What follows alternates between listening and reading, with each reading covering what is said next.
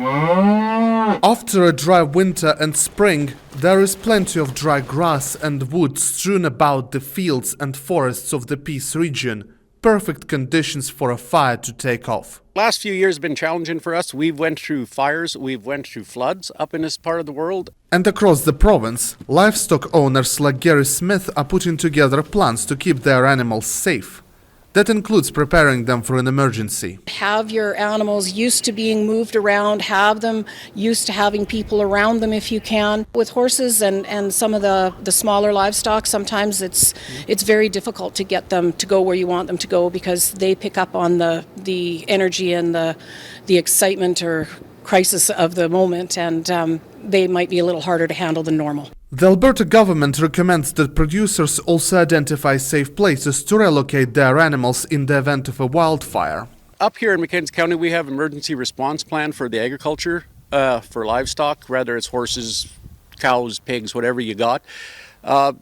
We got the grazing reserve that we can house animals in evacuation purposes. Alberta Wildfire advises producers to proactively share their plans and information about their animals with each other.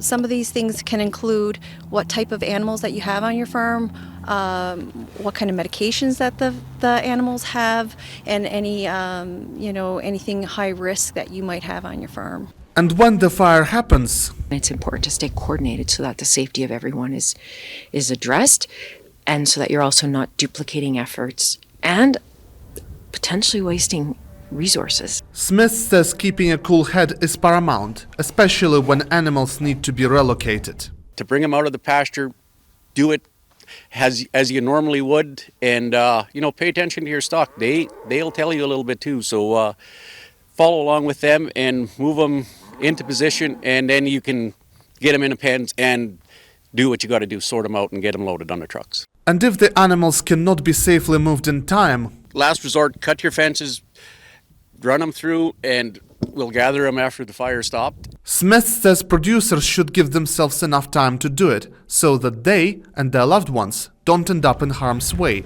The community ties are crucial.